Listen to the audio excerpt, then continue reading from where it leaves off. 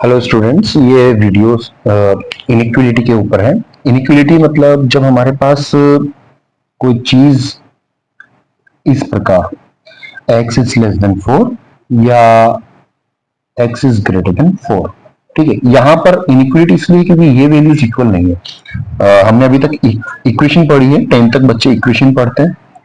x is equal to 4, x square is equal to 4। तो यहां पर x की वैल्यू हम +-2 कह देते हैं।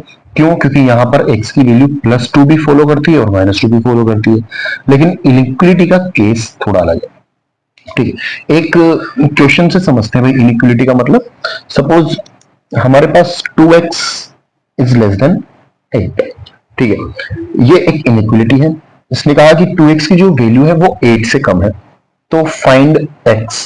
अब फाइंड x का मतलब ये नहीं कि x की एक पर्टिकुलर वैल्यू आएगी, x की वैल्यू भी इनइक्विलिटी में आएगी। ठीक है, तो आप यहां पर ट्रांसपोजिशन मेथड यूज में नहीं ले सकते। ठीक है, ट्रांसपोजिशन इसलिए नहीं क्योंकि यहां पर हम 2 को हम शिफ्ट करेंगे। ठीक है, इक्वेशन में आप 2 को शिफ्ट करते थे, लेकिन यहां पर मैं ऐसा ना कहकर हम सब्स्टिट्यूशन मेथड यूज में लेंगे। आपको यहां पर x रखने के लिए क्या करना पड़ेगा? Divide by 2 both side. ठीक है, तो ये तरीका यूज में लेंगे, डिवाइड बाय 2 बोथ साइड। तो क्या हो जाएगा?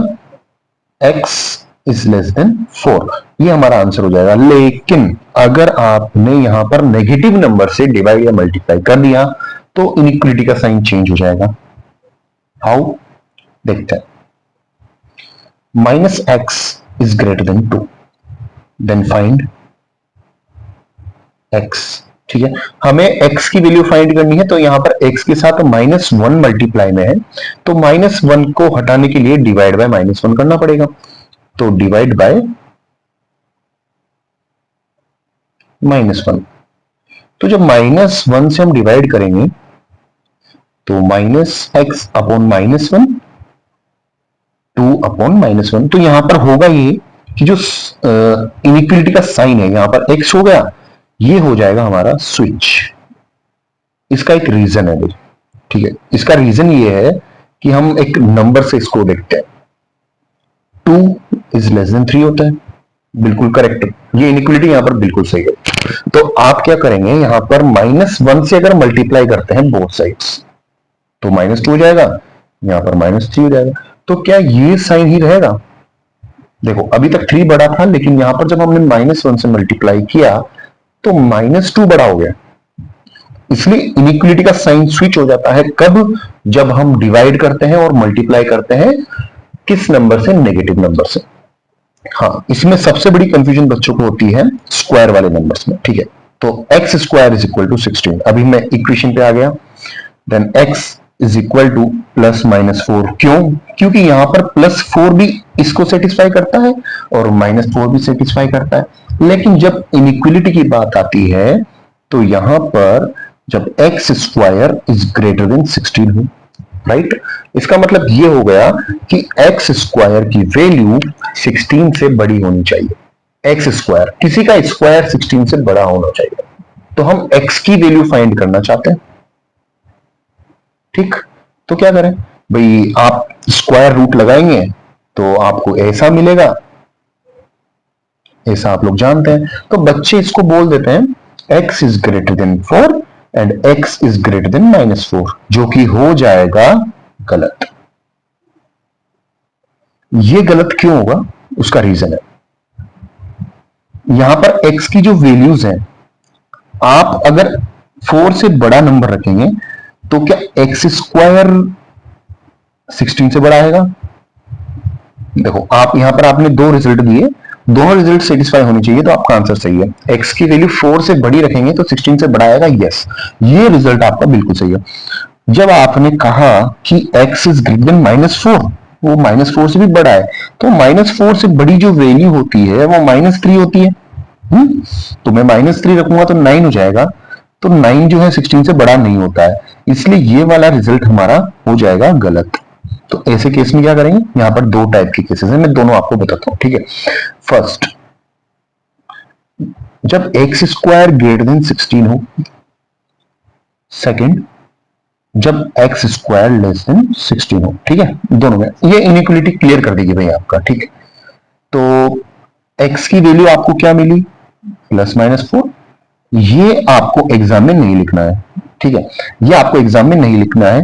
आपको एग्जाम में लिखना क्या है, आपको एग्जाम में लिखना है ये part, x is greater then +-4। इसका मतलब ये हो गया x की वैल्यू 4 से तो बड़ी है, लेकिन x की वैल्यू -4 से छोटी है, ठीक है। ये याद रखने का तरीका है, एग्जाम्पल मैंने आपको ऊपर बता दिया है, ऐसा क्यों। -4 से बड़ा नंबर आएगा -5, जो कि इसको सेटिस्फाई करेगा, ठीक है। जब ग्रेटर देन होगा तब इस तरीके से हम करेंगे। सेकंड केस हमारे पास है x² is less than 16। Second, x² less than 16। अब यहां पर x की वो वैल्यू रखो जिसका स्क्वायर करने पर 16 से कम नंबर आए, ठीक है। तो आपने वैसे ही किया जैसा पहले किया, तो आप ऐसा ही लिखेंगे, ठीक है। तो मैं समझ गया, प्लस वाली वैल्यू को मैं फॉलो करता हूं, x is less than 4, x is less than 4 and x is greater then -4, ठीक है। बिल्कुल ये चीज आपको करनी ही करनी है, हर क्वेश्चन में करनी है। जब भी स्क्वायर वाली फॉर्म आए तो आपको ये पार्ट करना पड़ेगा। तो इसको हम ऐसे भी लिख सकते हैं, x की वैल्यू 4 से छोटी है लेकिन -4 से बड़ी है, तो इसको इस फॉर्म में लिख सकते हैं। लेकिन इस वाली फॉर्म को हम नहीं लिख सकते, ठीक। लिखेंगे तो लिख सकते हैं, बिल्कुल ठीक। x की जो वैल्यू है वो -4 से छोटी है और 4 से बड़ी है, ठीक। तो इनइक्वालिटी के लिए क्या करते हैं, हम सब्स्टिट्यूशन मेथड लगाते हैं। एक क्वेश्चन है मेरे पास जिसको हम सोल्व करेंगे, ठीक है। तो 8/3 is less than x + 5 less than, sorry 8/3, फिर हमारे पास लेस देन का साइन है, x + 5 लेस देन का साइन, फाइंड x।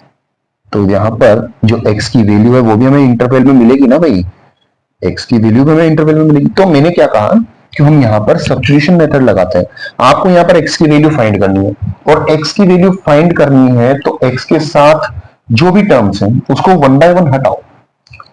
क्या यहां पर x के साथ कुछ एड और सब्ट्रैक्शन में +5 है तो -5 कर दो आप, और आप कर सकते हैं। साइन स्विच नहीं होगा, क्यों, क्योंकि एड और सब्ट्रैक्शन में साइन स्विच नहीं होता है, ठीक है। तो हम -5 कर देंगे पूरी इनइक्वालिटी में।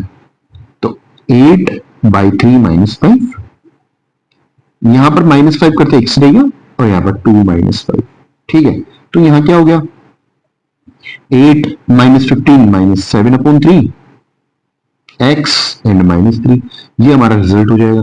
x की जो वैल्यू आई हमारे पास -7/3 से तो बड़ी है एंड -3 से छोटी है। यहां पर -3 क्लियर नहीं है, सो दिखा देते हैं, ठीक। इनइक्वालिटी यही है भाई, ठीक है। अब आप लोगों के लिए क्वेश्चन है, अगर आप लोग कर सके तो x² is less than 25 and x² is greater then 100। एक और क्वेश्चन है, 3x + 5 1 एंड 3, ठीक है। यहां पर तीनों में आपको x की वैल्यू फाइंड करनी है, ठीक है।